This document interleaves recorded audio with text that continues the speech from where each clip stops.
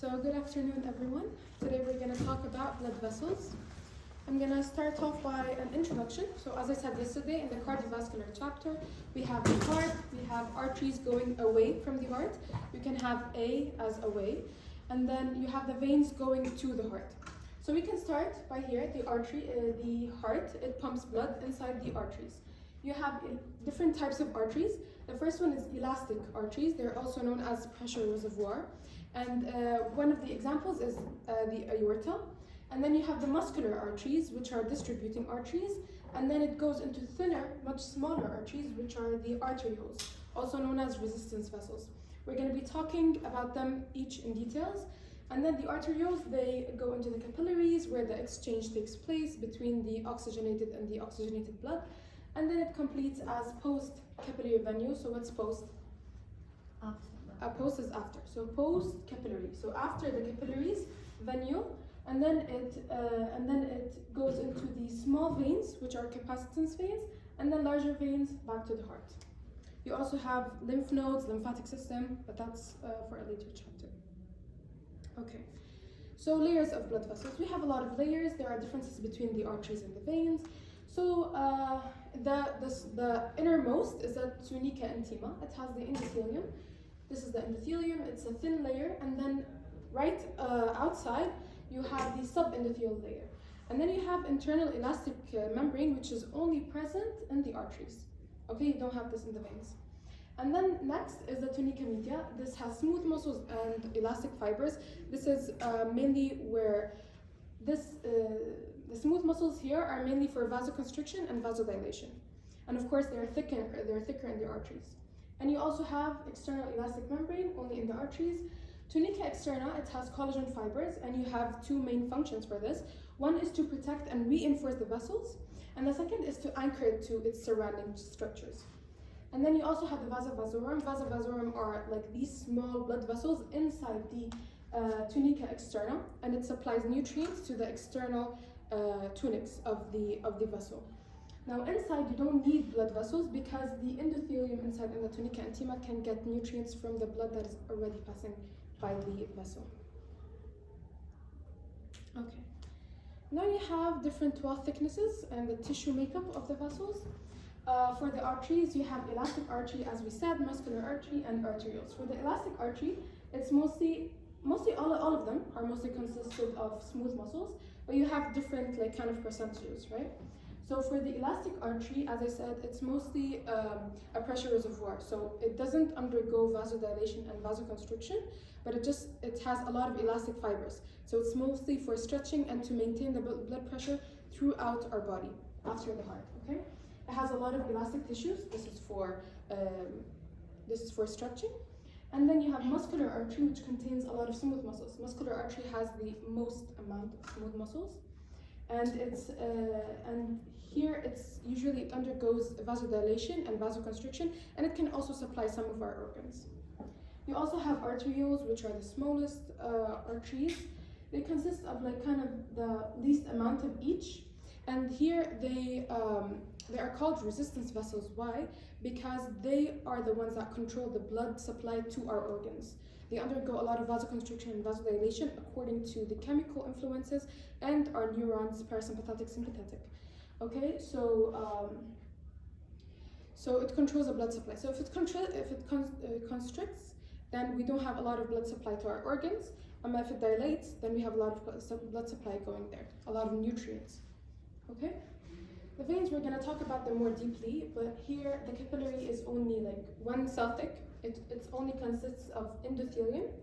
Veins and venules, they have small amount of smooth muscle, especially compared to the arteries. For the veins, it has mostly fibrous or collagenous tissues. For the venule, sorry, and for the vein, the tunica externa in the vein is thicker than the tunica media, so it has much more collagen tissues. Okay, so we have three different capillary types. The first one is continuous capillary. So for here, when it comes to different capillary types, you have to know the location, and you have to know the least permeable to most permeable, which is more common, etc. Okay, so here, continuous capillaries, they are least permeable and they are more common around our body. They are present in the skin, muscles, lungs, and CNS. Here we have some specific kind of like unique cells called parasites. These parasites, they are like kind of spider-shaped and they have different functions. So the first one is to generate new vessels and scar tissue. And then they also help control the capillary permeability and stabilize the capillary wall. Okay, these are only present in the continuous capillaries because they are least permeable, so you need something that controls the permeability. Okay, and then you also have pinocytotic vessels in the endothelial membrane. You have intercellular clefts. So one thing you're going to find in all the 3 blood vessels is that you have intercellular clefts and tight junctions.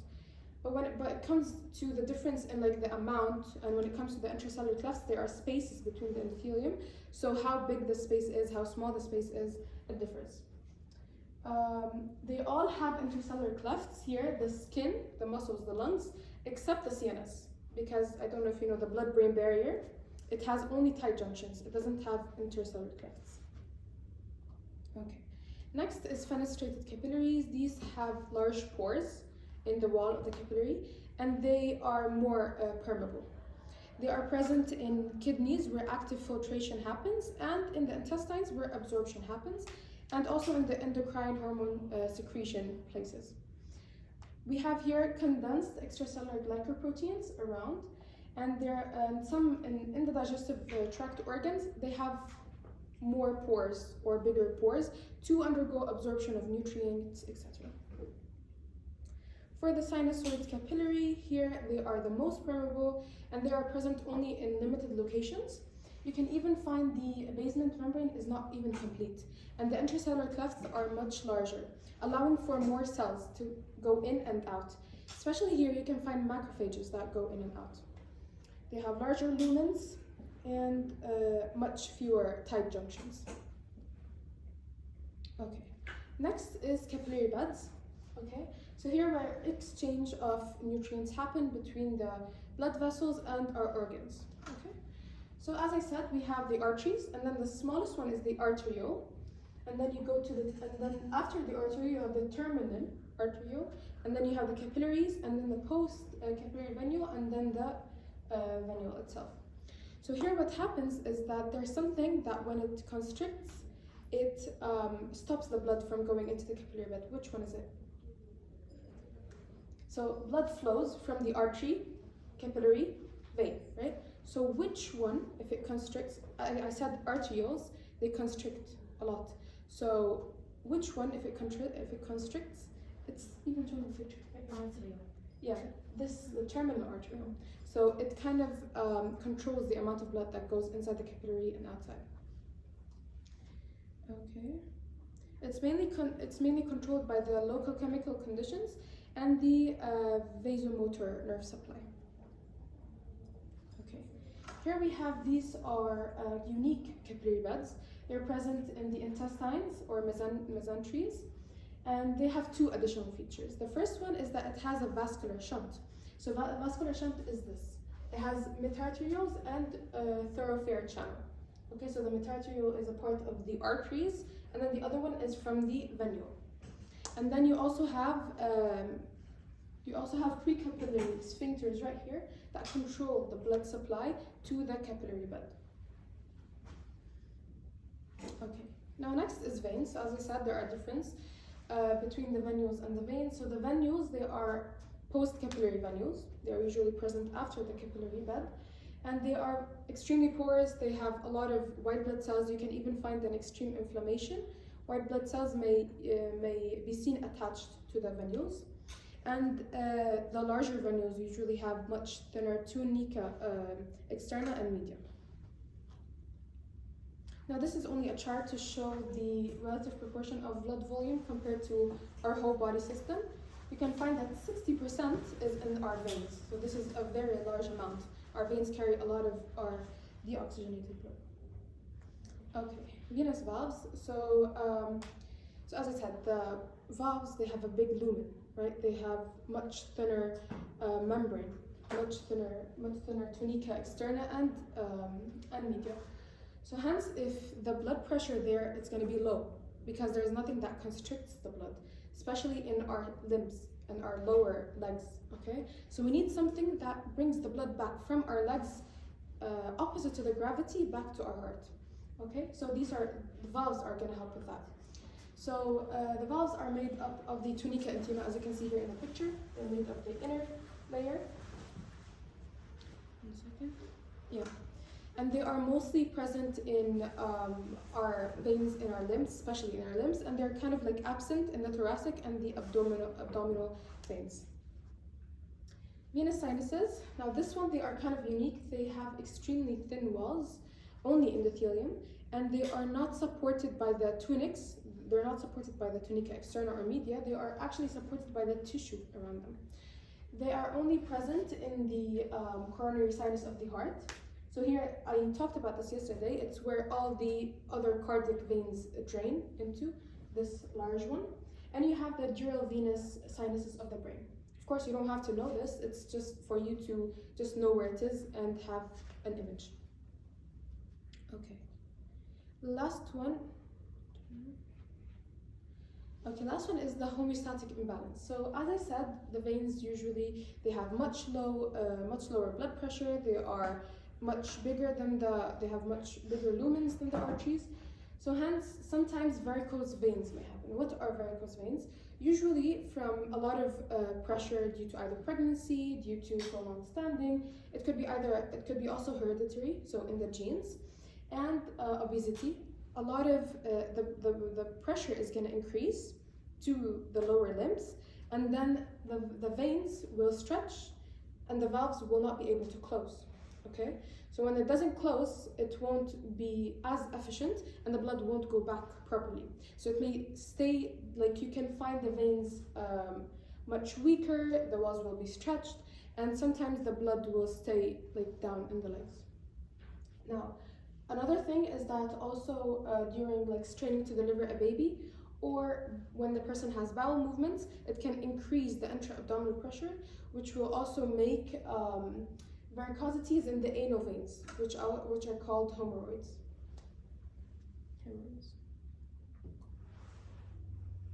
That's it.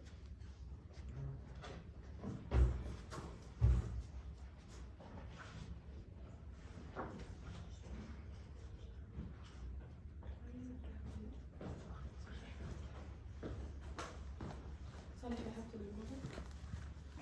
Okay.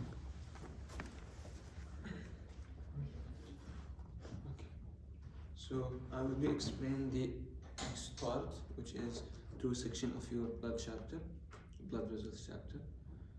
I will be explaining it from the book because it is only some few pages. But first, did you take this part, or it was deleted? No, it's with us.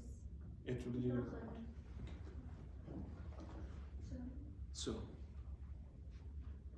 now, as our cardiovascular system, it is a pump, and in a general rule, what the pump will do is generate pressure to pump the fluid inside it. As long as you are near to you can see, more near to the heart, you are having high blood pressure, and you are also having the largest amount of fluid, or here in our case, blood. Largest amount of blood is ejaculated to the big vessels near the heart. And you can see that here the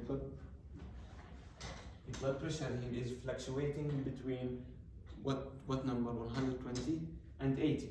One is systolic blood pressure and the other is diastolic blood pressure. How this happened? When, as we said yesterday, when the blood when the heart pumped the blood to the aorta wall, as Hala mentioned, are elastic, so they will be compressed by the force of blood that is coming from the heart. This here, you will have the systolic blood pressure 120. Then the blood, because they have this elasticity, they can recoil. They will recoil, compressing this blood, generating some force in it, so the blood can leave and go to the rest of the blood cardiovascular cycle. And here we are having the diastolic blood pressure.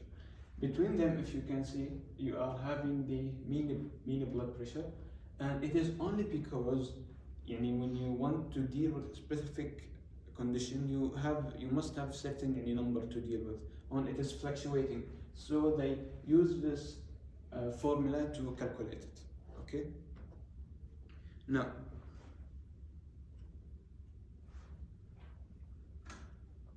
okay. For the vital sign, you will see it more in year one. They will learn you how to know the body temperature, respiratory rate, the blood pressure, and the heart rate. You will be learning all of this in year one, and this you will see it also, I think, in the biolab. You did see that, how to measure the blood pressure? Not yet. We haven't had biolab in 4 weeks. Why? Rain and midterm. Okay, so they will learn you, they will give you some brief idea about how to measure blood pressure for someone. Anyway, when you want to know the pulses you want to measure the pulse in any specific area, you are checking for two things: for the heart rate and for the regularity. This you note in the blood and the biolab, and you are, by putting your fingers on specific area and you are hearing the pulse, you are making sure that the blood supply is reaching to that area. Because if the blood supply is cut, you're not able to hear pulse. So you are here checking for three things. Okay, what they are: heart rate, regularity, if they are in regular rhythm, okay, or it is arrhythmic, for example, fibrillation. You have fibrillation in the heart, and the last thing, the blood supply to that specific organ. Okay, now they are telling you how to take the pulse. You have a lot of, as we said, you wanted to know if the blood supply is going to a specific area. You have multiple. You want to know if it's going to the head, you will put it in that area. But when you want to measure the blood pressure, you're gonna measure it from the brachial artery. Okay, this you're gonna see it even in the biolab. And when you want to take the pulse, you will take it from the radial artery, where you can feel it on most lateral side of the hand. If you try to, you will feel some pulses. Okay, you're gonna count for 30 seconds. Okay, and counting the rates or the pulses, then multiply it by 2. Okay. After that, you don't have. Okay. Do you know stethoscope, سماعة تبوير, and the cuff that measure the blood pressure? After you take in the heart rate, we're gonna say it is regular or not, and how much heart rate. Okay. Then I'm gonna check to find the brachial artery. How are we gonna check for it? By the stethoscope, to know exactly where it is. Okay. Then you will gonna, by two methods. They do write it. Wait. Oh, okay. Just here.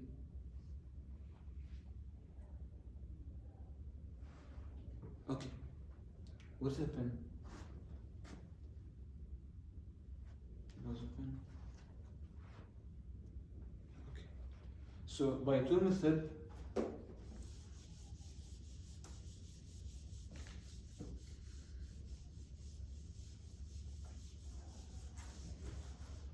You will gonna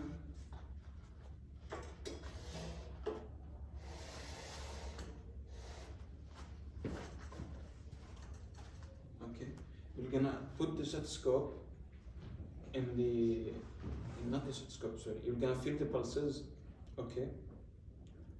And if it exists, then you're gonna put the cuff, okay. And you're gonna see حيكون عندك هيك مثل circle that have the numbers, so you can see where the blood pressure. Okay,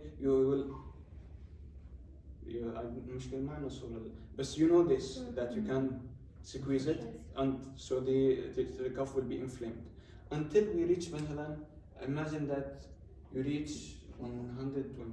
Here you see the process stop. Okay, then you will say that this يعني you will use this number, it's 120, the number that here the heart rate is disappeared خلاص, as a reference. Because of what?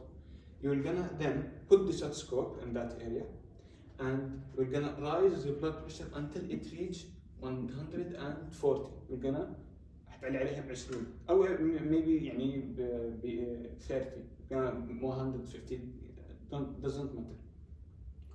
Then we're gonna let the pressure to go down. In one moment you're gonna hear sound. Okay, we call it Kornikov sound. وترجع مثلا ل 120. You're gonna hear the first sound. Okay, بنسموهم Kornikov sound. You're gonna hear some sound, which is the pulses. What's happening here when you inflame the cuff? What happened? You are compressing the nerve, the artery. So when you allow the blood to go again into the blood vessels, what will happen? The blood will expand the artery. Okay, making this sound. It's يعني not like the heart rate sound. It is يعني weird sound, kind of weird sound. You will hear the first time on 120, maybe 110. Okay, after a while you're gonna still hearing the sound until one مثلا you reach 70, the sound will stop. Here you can know مثلا that the systolic blood pressure was 110, the systolic blood pressure was 70. Okay, you will more know it in the you will do it in the biolab. Okay, now for the capillary, more details will be explained with Emad, but the most important thing that they are in the two ends of the capillary bed, as Hala mentioned. مثلا if we imagine that here is the مثلا arterial end مثلا, and it goes, I don't know how to draw it anyway, between the two ends. Okay, if we assume that, and here there is branches for the capillary, whatever, between the two ends of the arterial end and the veins end, there is some, like here the blood pressure will be 34 and here is 70. Okay, why this is important? This pressure ingredient to push the fluid outside the vessels. Okay, and you can notice that here blood pressure is not so high. Why? To allow this, we don't even want the heart to go fast or the blood to go fast. We need some time until it can exchange. Okay, and because much pressure, we're gonna know when you have high blood pressure, what this will do will damage the blood vessels, especially the capillary, because they do not have this they will be damaged by the high blood pressure. Okay, for the venous blood pressure, as you know, as we can see here, the blood pressure will drop from the biggest artery, which is the aorta, until it almost reaches zero in the veins. Okay, this will make a problem how the blood will come back to the heart. Then there will be some modification that help us. Okay, the first modification, which is what? Should unique structure that the veins has and the heart, the valves. The first thing, the valve will make sure that the blood will go in unidirection, which is to the heart. Okay, when the blood wants to go, again, when we talk about against gravity, when the blood wants to go back to your leg, the valve will close. Okay, we also have some other modification that can help us. First, yes, you are having the muscular pump. You will see this when you go to year 1 in anatomy. You will see most of the veins, especially big veins, they are in our leg or in our hand. They are near to a muscle, very near to a muscle. That will help when this muscle contract. Okay, the veins will use this power of contraction to pump the blood. As you can see, this is contracting. When these two muscles contract, this will help the blood to go up against gravity, helping in the unidirectional flow. Okay. and that's why مثلا certain job like massage. no certain job مثلا they teaching you most of the time you are sitting for not sitting standing in one position mainly يعني for a long time, you are not walking a lot, so no contraction from the muscles صح? That will make a problem, that will make some kind of risk factor to varicose veins that Hala mentioned. Okay, so the veins will be opened and the blood can go back. Okay, this one is one of the risk factors. The respiratory pump. Okay, let's have you talk respiratory chapter. Okay, when you take your breath, what you are doing? You are lowering the pressure in the thorax here, where the lung is located, okay, to allow the air to go in. تمام? And you can notice that the pressure now is going to your abdomen, right?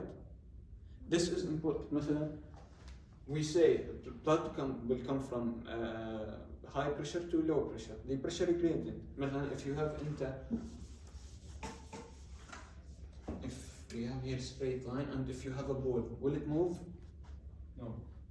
You must have gradient difference between area. Okay, so here the ball can move, right? So what's happening, and I did say that you are making the pressure here more stronger or more bigger in your abdomen, and in your chest is lower. So what will happen? From the abdomen to the chest. From the abdomen to the chest. Okay, that is the help of the respiratory pump. Then you have the sympathetic vasoconstriction, a tunic media inside the veins. They are controlled also by the sympathetic nervous system. So when you are exercised, what is activated? Parasympathetic or sympathetic? Sympathetic nervous system. So if sympathetic nervous system is activated, it will send pulse to these muscles to continually contracting. Okay, so it will contract, not kind of vasoconstriction, but it's not as powerful as artery. Okay, this will help the artery, it will help the blood to go back to the heart. Okay, so these are the modification of veins. Now we're gonna start with the blood pressure. Wait.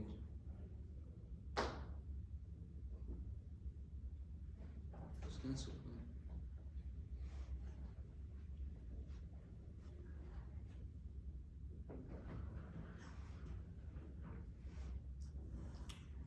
Okay. سوري must continue this. كمل هاي بس. أنا بدأت باللي تحت بالأول. خلاص Now, for the blood pressure and the resistance and all of this, if you remember from the previous session or from your lecture even, the blood flow is the flow of blood in 1 minute. It's same to the what? To the cardiac output. So they are the same. The blood flow is, and we took the afterload. It is resistance that resists the blood from going back. So this will be important in the blood pressure. Pressure is what? The force that pushing the blood. تمام? If the pressure is high, what will happen to the flow? It will increase. And the afterload, which is the resistance, it will decrease the because if you have here some object that will make the flow here for the ball will be slower. And as much you have high blood pressure, the flow will be faster. So you can know by simple mathematics that flow is the delta of the blood pressure, not the blood pressure only. Okay, the difference between two points and the resistance. You can now to change it to have the blood pressure. Okay, the blood pressure simple, and we say the flow is what? Same as the cardiac output. Cardiac output. So everything that regulate the cardiac output in the heart, you remember the heart rate, the contractility and systolic and all this will affect also the blood pressure, because cardiac output is part of the equation. Okay. Now what can control the resistance? It is three things. أول شيء the viscosity of the fluid itself. If the blood is more viscous, like when you are dehydrated, for example, okay, when you lose a lot of fluid, what will happen to the blood? It will be viscous because now it's mainly compound about cell, not water and all of this. Okay, so here the heart must generate a lot more power to make the blood flow going. تمام. This will make the blood pressure higher. But in normal situation, يعني this can't pitch in because we can drink water and all of this, and our body have the mechanism to regulate as Ahmad will mention later. تمام. But if you are مثلا in the desert and you are dehydrated, this your blood pressure will go high. Now for the total length, here they have example. Okay, which will be harder, drinking in this or the long one or the shorter one? If you want to drink this smoothie or whatever, you will choose which one, the shorter or the longer one? The long one? The shorter one. Why? We say the resistance that will resist the flow of the blood. Resistance here is what? Friction. Friction with what? With the vessels with the wall of the blood vessels. So if you have a very long tube, okay, this will make for the blood to go with more contraction, صح مثلا, with more contraction with the walls. That's why the shorter one will be the faster. حتى هلا when we talk about the blood vessel diameter, and this is what controlled by vasoconstriction and vasodilation. If you have a larger diameter, this will what will do? It will lower the friction, so lower the resistance, enhancing the blood flow. تمام? And yeah, I think that's it.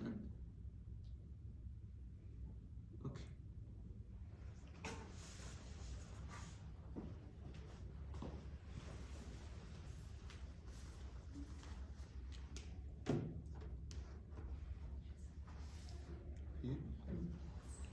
So, first of all, أي حدا ما بيفهم عربي أو ما بيحكي non-Arabic speaker ولا كلكم؟ I'll try my best. طبعا this part was supposed to be explained by Khaled, the guy who gave you yesterday, the heart, but for a certain condition I will be giving to you. And this is my first try. I hope I will do good, and I promise you I will try my best to let you leave this hall and you are well aware of this mechanisms, short and long-term mechanisms. Okay, so first of all, let's start. We have two main mechanisms to regulate the blood pressure. We have short and long-term. Short-term depends on the baroreceptor reflex. We have two pathways for short-term. We have a neural and we have hormonal. Neural, it depends on the baroreceptor reflex, and we have the long-term renin-angiotensin aldosterone system, which is the long-term regulation. I will get into the details. But first of all, I need to check for the basics of the blood pressure and the physics of the cardiovascular system. I want you actually guys to be well aware of the basics of the cardiovascular system, the physiology of the cardiovascular system. We all know that MAR, which is mean arterial pressure, equal cardiac output times heart rate. Okay, cardiac output is stroke volume times cardiac output times TPR, which is total peripheral resistance, and cardiac output is stroke volume times heart rate. So this TPR, as Saleh mentioned, it depends on the viscosity, length, and diameter. So if I want to play or alter the mean arterial pressure, I have to check for all these factors, okay? And the body in general, when anything, the body in general tries always to keep the blood pressure like in the normal range. I told you it has the short and long-term mechanisms. So if anything goes wrong by a certain mechanism, it will try to bring it, yani if it goes down, it will try to bring it up again. If it goes up, it will try to lower it down again. So, for example, during stress, when you are stressed, the cardiovascular center will activate the sympathetic nervous system. We all know sympathetic nervous system is fight or flight. So, when it activates the sympathetic nervous system, the sympathetic will send to the vascular smooth muscle of the blood vessels. It will induce vasoconstriction. Also, it will enhance the cardiac output by increasing the contractility, increasing the stroke volume, and increasing the cardiac output. Also, it will increase the heart rate by activating the cardio-acceleratory center. Okay.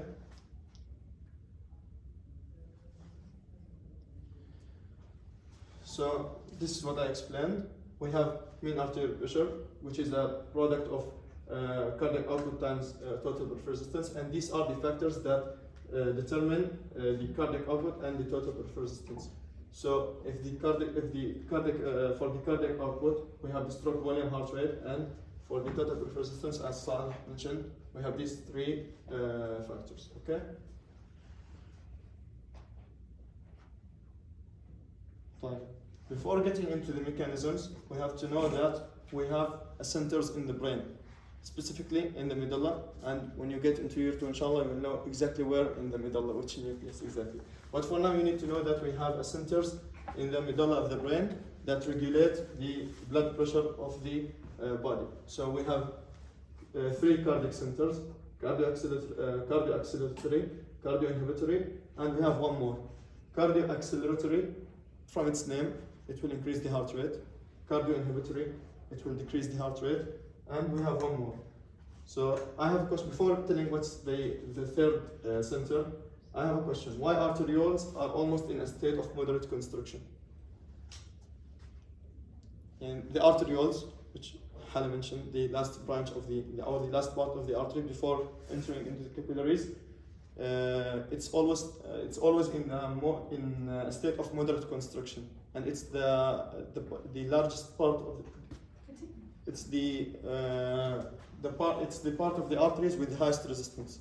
So why is that? Why it's always in a state of moderate constriction? Because they have a small diameter. Okay, why? Okay, in general, they have a small diameter, but also they are always constricted in a they are always in a moderate constriction. Okay, this situation because of the third center of the cardiac centers, which is the vasomotor center. Okay, so we have the vasomotor centers that controls the diameter of the blood vessels, specifically the arterioles. Okay, we have a vasomotor fibers. Okay, that comes out from the T1 and L2 levels of the spinal cord. Okay, and it will go and reach. For example, this is the spinal cord. Okay, this is T12 and this is L1. It will go and it will innervate the arterioles, okay, and it will always keep them in a moderate constriction, always, okay. So this moderate constriction of the arterioles, it's called vasomotor tone, okay. So it's always keeping this tone, which is a moderate constriction of the arterioles. Moderate constriction of the arterioles is the vasomotor tone. How it happens? Because of the vasomotor centers, which send sympathetic fibers from the T12, L1 segments of the spinal cord to the vessels or the arterioles specifically, okay? And sympathetic, we always know it's fight or flight, so constrict, it will always keep them in a moderate constriction. Clear? Any question? طيب, now we will move on to the regulations. Well, first of all, we have the short-term regulation, neural controls, and we have, as I mentioned, we have the hormonal control. We'll get into it. But now, for now, we have the neural control. Okay. So, as I told you, pressure equal cardiac output times peripheral resistance. So, the neural control, which depends on the baroreceptors, they mainly alter the or play or works on the total peripheral resistance. Okay. So, we have a baroreceptors. Okay. Baroreceptors. It's located in the the aortic arch. Check it in the heart. Okay. We have the aortic arch and we have the internal carotid artery. There is a baroreceptor that's located in these two locations.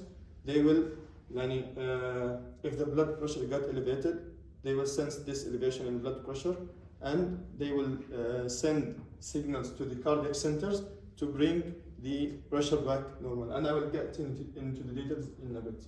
But I want you to know why, we mentioned that TPR is regulated by, or it's maintained by the viscosity of the blood, length, and diameter. But the most significant effect comes from diameter. And any minimal change in the diameter of the blood vessel, it will alter the total pressure resistance, leading to a change in the blood pressure. And the diameter is the most significant one in the three factors that change the total peripheral resistance. Why? This equation, it's not required for you, don't panic, forget about the name, you will learn it later. But just I want you to learn to understand the concept, why the diameter is the most important factor. Here is R is the resistance, and N is the viscosity, L is the length, and R is the radius, or the diameter of which is half of the diameter of the blood vessels. So imagine we have a certain number for the radius or the diameter, and for example, the radius is 4. Okay, what will happen if the radius is halved? It becomes 2. Directly from this equation, the resistance will be, if the radius is halved, the resistance will be increased by 16-fold. Okay. Okay, the viscosity and the length, if they change, they will change the resistance, but not as much as the diameter or the radius. Radius is half of the diameter, you already know. Okay.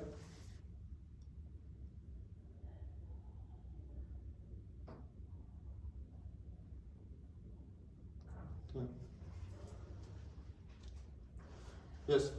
How do neural control operate? I told you we have carotid sinus baroreceptors, aorta, which is in the aortic arch specifically. We have these two baroreceptor sinuses.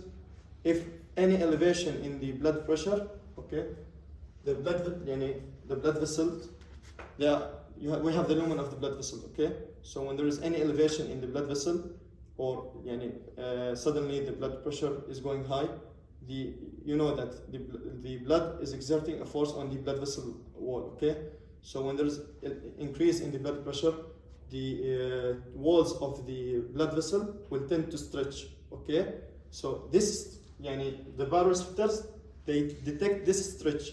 Okay, this stretching in the, if a question came in the exam, how baroreceptor detect elevation or increasing in the blood pressure? How? From the stretch of the blood vessels. So when baroreceptor detect this elevation, or this stretch on the blood vessels, which indicate elevation in the blood pressure, it will send impulses to the cardiac centers to bring it down. How? Here, your figures in the book, actually it's very good. So if you actually go over the figures, analyze it, and study it well, it will be very good for you in the physiology part. So here, for example, stimulus, blood pressure is rising. Okay, so blood pressure is rising. What does it mean? That means that the blood vessel is stretching. Okay, so when the blood, we are pumping blood, this pressure of the blood increased. So the pushing of the blood on the walls, it will be increased. So the blood vessel will stretch. Baroreceptors in the carotid sinus, which is in the internal carotid internal carotid artery, which is supplying the head and neck region, and in the aortic arch. Okay, they will sense this stretch. They will send impulses. Okay, more impulses from the baroreceptors,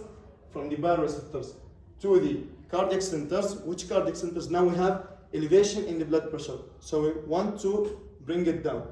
So we will send, it will send stimulus from, impulses will be sent from the baroreceptors to the, I told you we have vasomotor center, cardio acceleratory and cardio inhibitory. Now we have elevation in the blood pressure or increasing in the blood pressure. Do we need the cardio acceleratory? No. No. Okay, so we will inhibit the impulses went from the baroreceptor to the cardiac centers.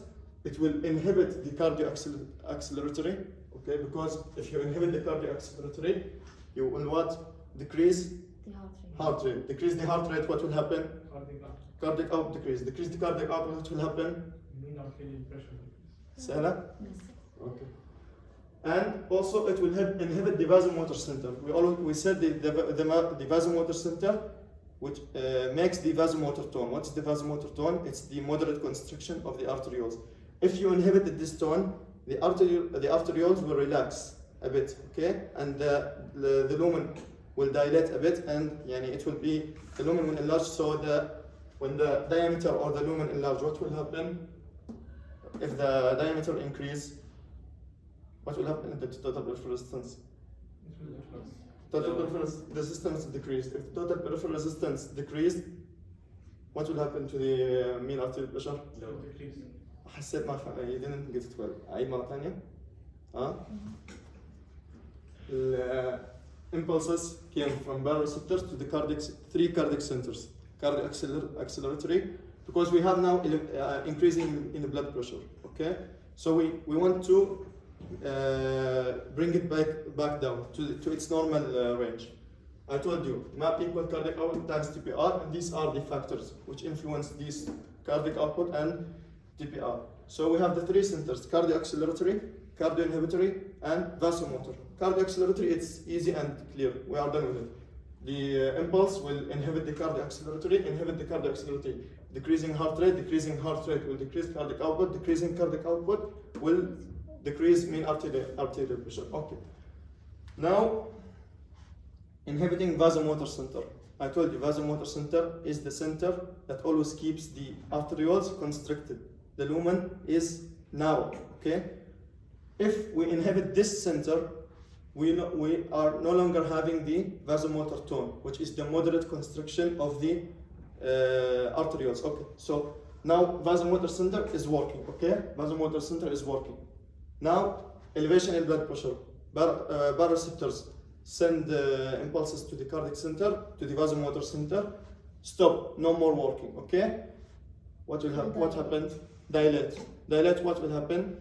Resistance is decreased. Why resistance decreased? Because we increased the diameter. When the diameter increased, for example, now this door of the room, if I only open it a bit and I tell you get out, you will struggle to get out, okay? But if I open it full and I tell you get out, you will get out freely. So this is what is happening.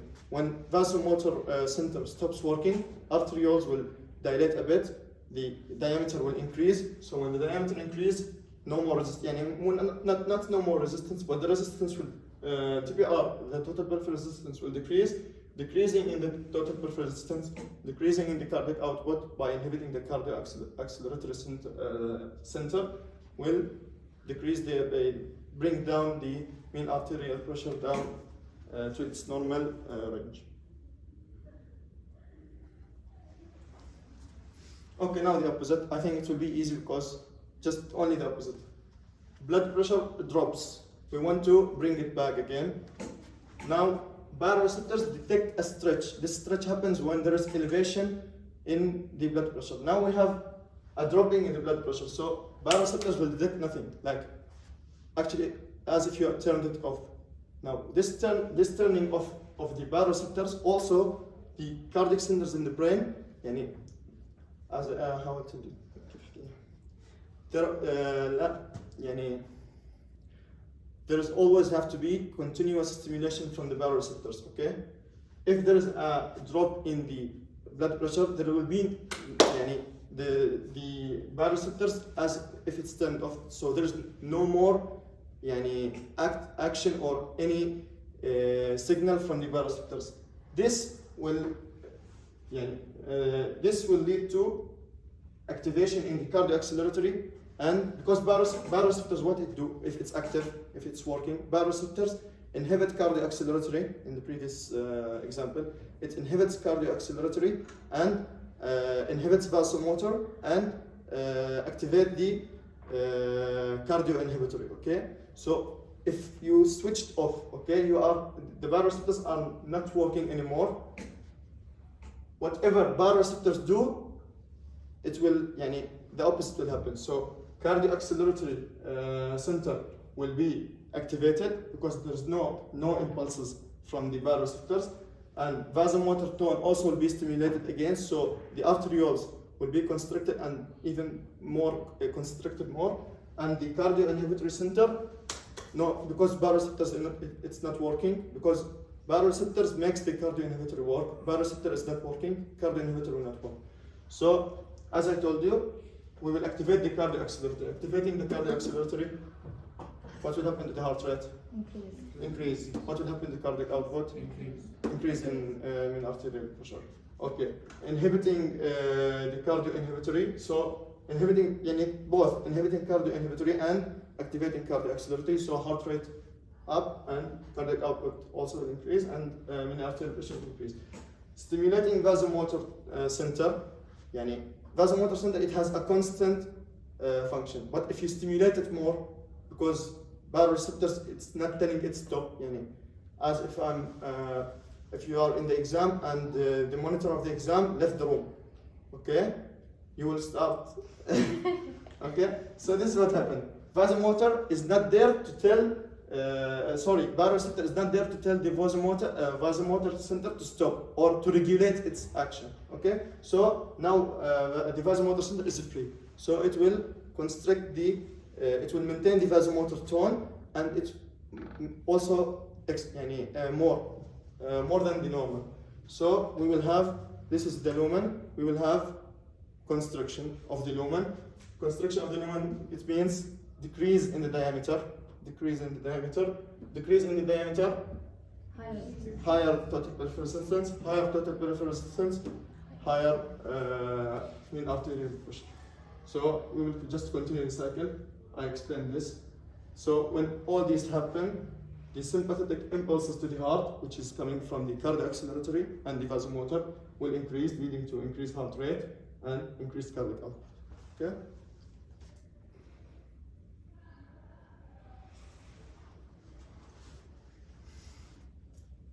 Okay.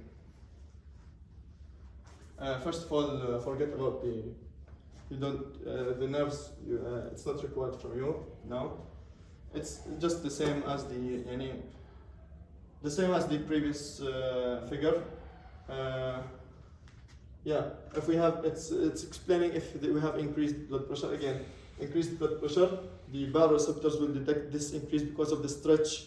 Again, baroreceptors don't recognize elevation in blood pressure. Baroreceptors recognize or detect the stretch of the blood vessels, which indicates a rise in the blood pressure. Okay, so again, I want to always remember baroreceptors stretch, not blood pressure directly. They detect the stretch, which is a demarcation of elevated blood pressure. So again, this figure is explaining a case of increased blood pressure. Baroreceptors will send impulse or a stimulus to the medulla. No need to this and this. It's not required from you. Okay, they will send impulses to the medulla, and so we have increased blood pressure. So it will inhibit the cardio-accelerator center. It will inhibit the vasoconstrictor, which is the vasomotor center. Okay, and it will activate the cardio inhibitory or cardio deaccelerator. Okay, and the same. When you inhibit, activate the cardio-acceleratory, you will inhibit the SA node, which is the pacemaker of the heart, which is regulating the heart rate. So if you inhibit the SA node, the heart rate will decrease. And again, if you inhibit the cardiovascular and the vasomotor center, you are inhibiting the contractility, and also you are inhibiting the, or you are decreasing the heart rate. طيب هون, here we have acute hemorrhage. This figure explains a case of an acute hemorrhage.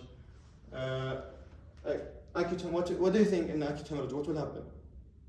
يعني the first thing, blood pressure will go up or down? يعني increase or decrease? Huh? Yes, decrease. Acute hemorrhage, okay, so it's severe hemorrhage. Okay, again, cardiac output depends on stroke volume, heart rate. Stroke volume depends on what? Blood volume, contractility. So acute hemorrhage, what is happening to the blood volume? Decrease. Decreasing. What's happening to the stroke volume? Decrease. What's happening to cardiac output? Decrease. What's happening to the mean arterial pressure? Decreasing. That's why I always want you to understand why is this happening, not only memorizing. Why is this happening? So acute hemorrhage, decrease in the mean arterial pressure. So there is no working of the baroreceptors. When there is no working of the baroreceptors, again, same as this one, the cardioaccelerator center will be activated, cardioinhibitory center will be deactivated, and the vasomotor tone, no one is stopping it, so it will maintain the tone, and even more, it will constrict more. So all these things will bring the blood pressure again up by increasing the heart rate, because we activated the cardiac and we raised the total peripheral resistance with the vasomotor center, and also we increased the cardiac. I don't think so in this case in acute hemorrhage. But we increased the total peripheral resistance, and we increased the heart rate.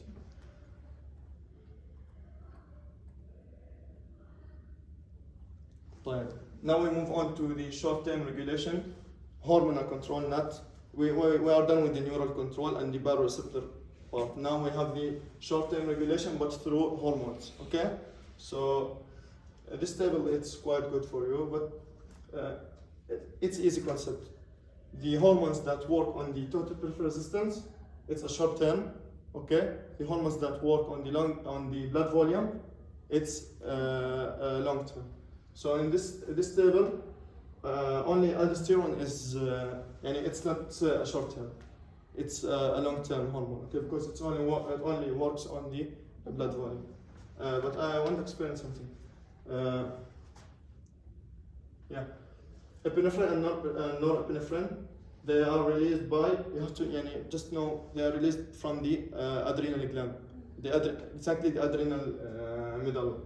They will increase the contractility and heart rate, so cardiac output will increase, and also they will cause vasoconstriction, so total peripheral resistance will increase. So again, they will elevate the blood pressure. And angiotensin II, okay, leave angiotensin to the end. We have ADH, antidiuretic hormone from its name. So antidiuretic, it will lower the frequency of the urination, because it's causing retention of the fluid or the water.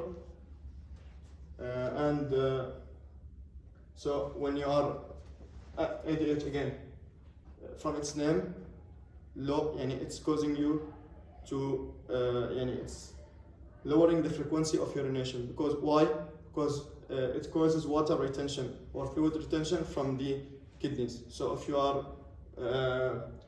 doing water direct, when sodium go back to the blood vessels from the kidneys, water will follow sodium. It's like this, water follows sodium always, because of the concentration. To equilibrate the concentration, so water will follow the sodium. But what's the main or direct action of the aldosterone is sodium reabsorption, not water. But when it reabsorbs sodium, water will follow the sodium. So eventually we will end in increasing in the blood volume. And AMP, it causes excretion or loss of the sodium and water. And angiotensin, I told you I left it to the end. it has 4 mechanisms or 4 ways to act. So anyone can tell me? Okay, no problem. Angiotensin 2, first of all, it causes the posterior pituitary to release the ADH, okay, and also it makes the adrenal medulla to secrete aldosterone, okay, and the angiotensin 2 by itself, it causes sodium retention, okay, so sodium retention, again, sodium retention, water will follow sodium, so we will end in increasing in the blood volume, as you can see, and I forget the fourth one, wait. Yeah, and also it's a potent vasoconstrictor by itself, okay? So all these mechanisms, it's done by the angiotensin 2. It stimulates the release of aldosterone from where? From the adrenal medulla, and it directly stimulates the NA reabsorption. NA is the sodium, or it directly stimulates the adrenal cortex. Adrenal cortex, sorry. And promote the posterior pituitary to release ADH, which is the vasopressin, the antidiuretic hormone, and also, it triggers the sensation of thirst. So you will be drinking more water, leading to increasing the blood volume. Okay? And the potent vasoconstrictor. So all these mechanisms, potent vasoconstricting, increase in the total peripheral resistance, and all these, the first 4 will lead to increase in the blood volume, increase in the stroke volume, increase in the cardiac output, and you will end in increasing the blood pressure.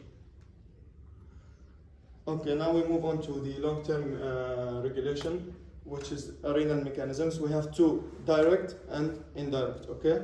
So baroreceptors work on the short term, but actually they quickly adapt to the elevation of the blood pressure. And if you have persistent or prolonged or chronic blood pressure elevation, baroreceptors will end in adapting to this elevation. So they will no longer understand that this is elevation in the blood pressure.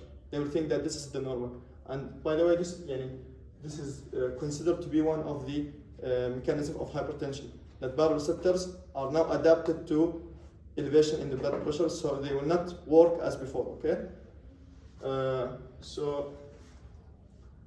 That's why we have the long-term regulation by the kidneys. We have 2 regulations, direct and indirect. I will get into it, but just I want to ask you, what do you think the effect of excessive salt intake and dehydration or blood loss? If you are taking a lot of salt, or there is a lot of salt in your diet, what do you think? What's its effect? What do you think will happen? Higher water retention. بالضبط. We said that aldosterone, it doesn't directly cause increase in the blood volume. The direct action of aldosterone is NA reabsorption, but when it reabsorbs sodium, water will follow sodium, okay? So we will end up in increasing in the blood volume and increasing in the blood pressure.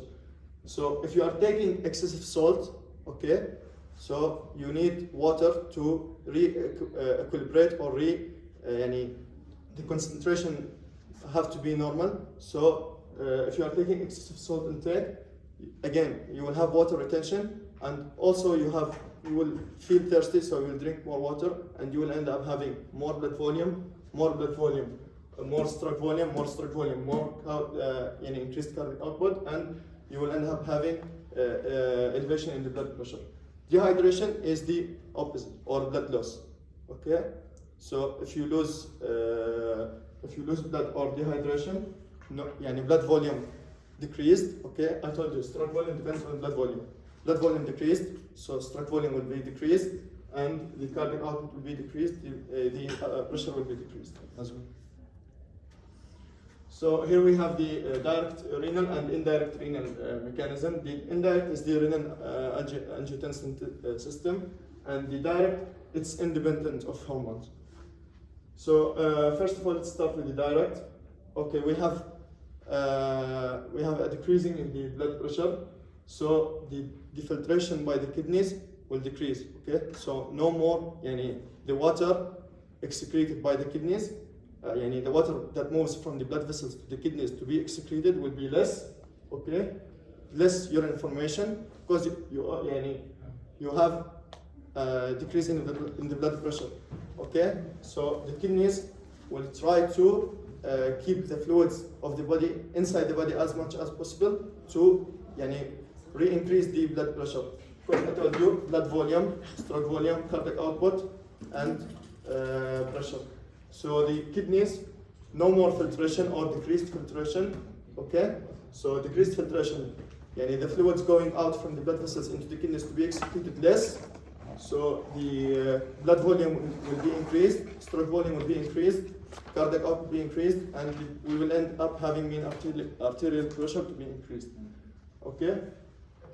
The renin-angiotensin, when we have decreased blood pressure, the baroreceptors which detect the stretch of the blood vessels when there is an elevation in the blood pressure, there is no stretch, no elevation. So, like as I told you, as if you switch it off, so there is no impulses or stimulus from the baroreceptors. This will activate the sympathetic centers of the brain, which is the cardiovascular and the vasomotor tone in the short-term regulation, and in the long-term regulation, it will cause the kidney to release renin. Renin will convert angiotensinogen to angiotensin 1. Okay, we have a decreased blood pressure. In the short-term regulation, it causes cardiovascular center and vasomotor center to be activated. In the long term, it will cause the kidney to release renin. Renin will convert angiotensinogen to angiotensin 1. Okay. By the way, angiotensinogen is a plasma protein made by the liver. And if it comes in the exam, they like this detailed question. Angiotensinogen, plasma protein made by the liver, and it's mentioned in your book as well. It will cause angiotensinogen to be converted to angiotensin 1. Angiotensin 1 will be converted to angiotensin 2 by ACE, angiotensin converting enzyme. Angiotensin converting enzyme will convert angiotensin 1 to angiotensin 2. This angiotensin converting enzyme, it comes from the capillaries of the lungs. Also, it's mentioned in your books. Okay, so I'm not bringing anything from outside. Angiotensin 2 we discussed in the previous slides. It has 4 or 5 mechanisms always. It will cause the adrenal cortex to secrete aldosterone. It will promote the posterior pituitary to secrete ADH. It will, by itself, it will cause sodium retention. Okay, so sodium retention, water reabsorption again, or water retention, and elevating blood volume, increasing stroke volume, increasing cardiac output, increasing blood pressure. And also it will activate the thirst from the hypothalamus, okay, and it will activate the thirst centers in the hypothalamus, so we'll be drinking more water. All these factors will, and also it's a vasoconstrictor, all these factors will lead in an increase in the cardiac output and increase in the cardiac output and increase in the total peripheral resistance, leading to, again, increase in the mean arterial pressure.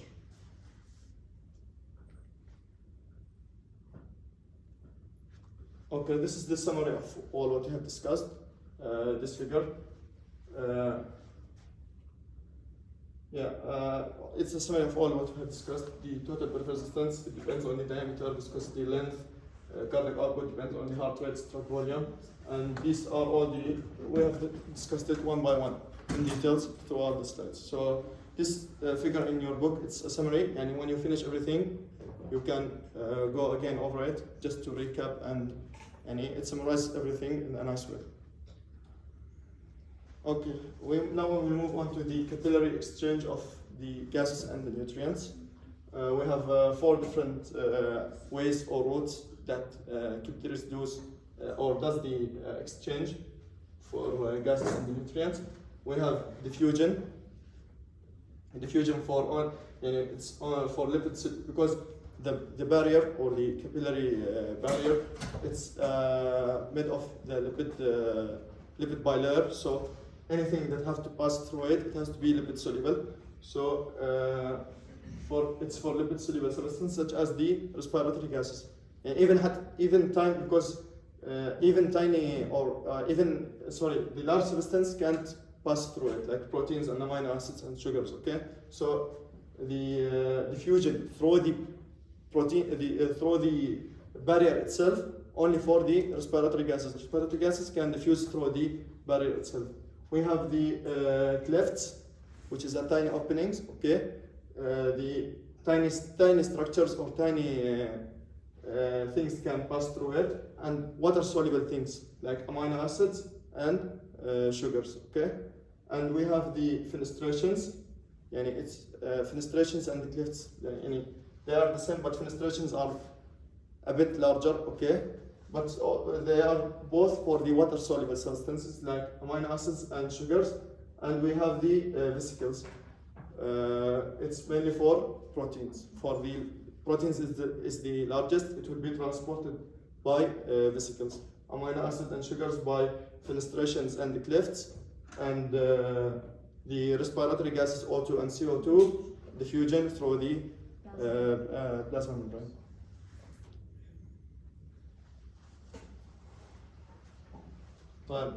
Now we have the bulk flow or the flow of the fluid through the capillary. Okay.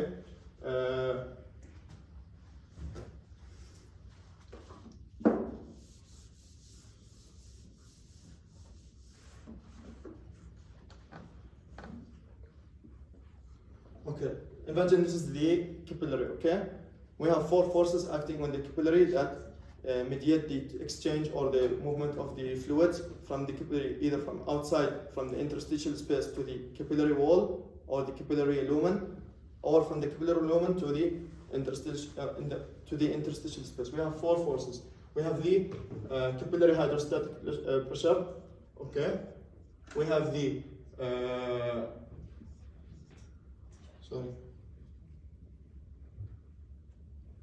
we have the capillary oncotic pressure or capillary osmotic pressure. Okay. Yes. Okay. And we have the interstitial osmotic pressure, and we have the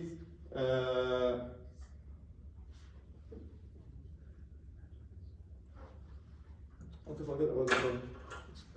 It's already here. We have the capillary hydrostatic pressure.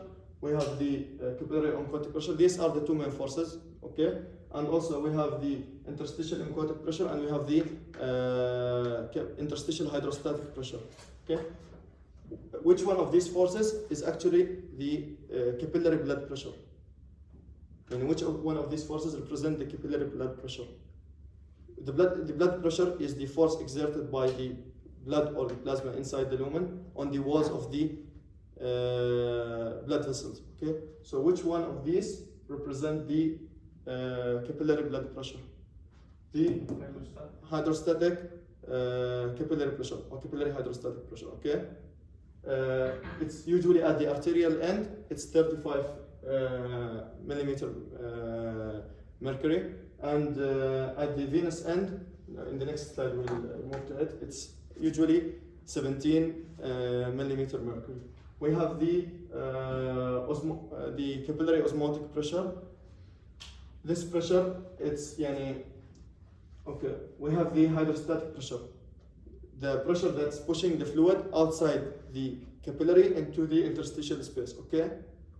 We have the capillary oncotic pressure. This pressure is mediated by the proteins left in the lumen of the capillaries when the fluid leaves. Yani capillary hydrostatic pressure, it pushes the fluid outside, okay, but the proteins is left in the lumen of the capillaries. So this yani to re-equilibrate the concentration, these proteins in the left in the lumen, okay, after the fluid have left because of the hydrostatic capillary pressure, they will these proteins, they will create the capillary osmotic pressure. Okay, and again, the proteins inside the lumen is the capillary osmotic pressure. So the proteins in the interstitial space is the interstitial osmotic pressure, and the pressure of the fluids inside the lumen on the capillary walls is the capillary hydrostatic pressure. The pressure of the interstitial fluid on the capillary walls from outside, from the interstitial space, is the interstitial hydrostatic pressure. So if you want to calculate the net movement of the fluid, we want to know where the net movement, where is the fluid at the end going, outside or inside. We have to calculate the sum of all these forces. Okay. So if at the arterial end, if we have 35 from inside to outside and 26 from outside to inside, where is the fluid going? We have 35 millimeter mercury in the direction that from inside the capillary lumen to the interstitial space, and we have 26 only from outside to inside. So the net movement of the fluid from inside to outside or from outside to inside? From the Inside to outside. Yes, that's at the arterial end. Okay, so at the arterial end we will have 10. The net pressure is 10 millimeter mercury. So I forget the exact number of the liters. We will lose amount of fluid. Amount of fluid will be leaving the capillary lumen into the interstitial space at the arterial end. Okay, but at the venous end, I told you at the venous end the capillary hydrostatic pressure, it will decrease from 35 to 17, and the osmotic capillary pressure, it's the same. So 17 from inside to outside at the venous end. Now here's the arterial end. The fluid is moving.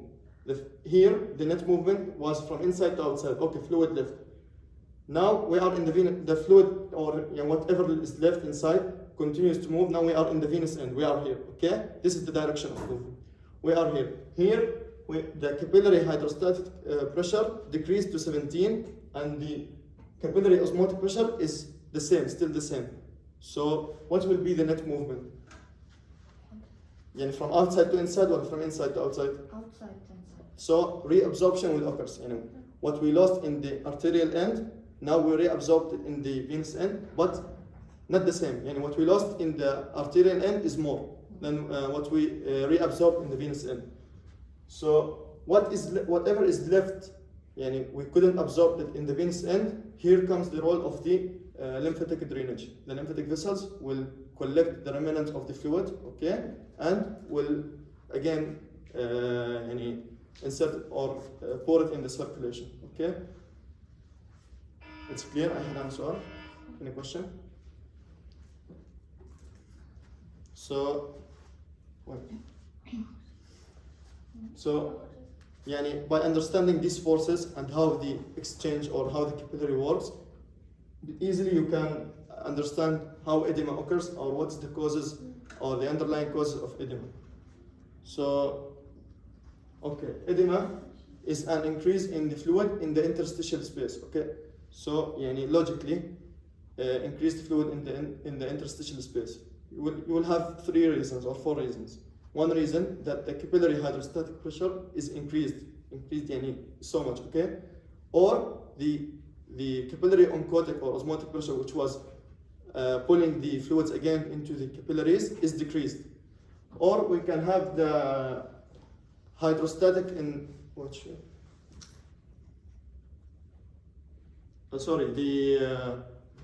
the interstitial osmotic pressure, which is this one. If we have edema, increased interstitial fluid, okay, could be because of 3 underlying causes. Either this one is increased, okay, so we are pushing more fluid from inside to outside, or this one, which is reabsorbing the fluid into the lumen, it's decreased, it's not working, okay, so the fluid will remain outside, or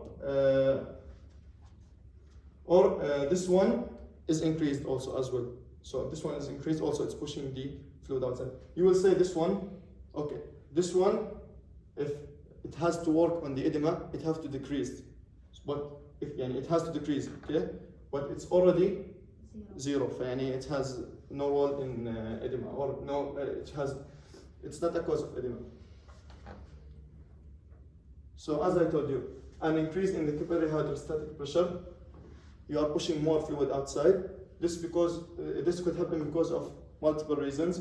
We have incompetent venous valves. So if the valves of the veins are not closing properly, there will be backflow, okay, and the the veins which are receiving the backflow will be engorged and more and congested, so more fluid will accumulate, and it will start at the end, it will push on the walls of the lumen, and the fluids will start to spread and go outside. Okay, could be because of the blood vessel blockage. If we have a blood vessels that is blocked, also it will be congested, and at the end the lumen will or the walls will be leaky, and the fluids, because of the accumulation of fluids, the fluids will the blood vessel wall can't hold the fluid inside any longer, so the fluid again will start escaping and going into the interstitial space.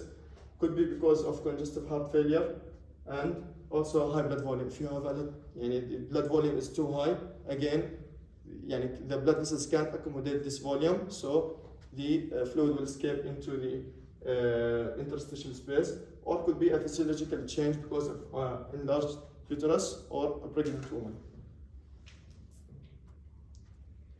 The increased interstitial fluid, the increased interstitial osmotic pressure, which is this one, okay? This one, if it's increased, you will end up having edema. But how this one increased? When you have inflammation, okay? When you have when you have an inflammatory response, the capillary walls will be leak, and it will the capillary walls are no longer impermeable. It will be permeable. So proteins, which pulls fluids or pulls waters, it will leak from the capillaries to outside, and it will pull the fluids or the water with it from the capillary wall into the interstitial space. So, if a question in the exam, someone is suffering from an inflammation and he end up having edema. This increased interstitial fluid osmotic pressure could be, or mostly it's the underlying cause. Okay. The fourth reason, it's not related to the pressures, it's because I told you we lose fluid in the arterial end to the interstitial space. We reabsorb in the venous end, but not all of it. There is a fluid remains in the interstitial space. This fluid is reabsorbed or recollected by the lymphatic drainage or lymphatic vessels. If lymphatic vessels are not working, or for a certain reason it's not recollecting these remaining fluids, you will end up having edema. And you will go more in details in this case in the lymphatic chapter. You will learn about case or a condition called elephantiasis, I think. So this is the edema.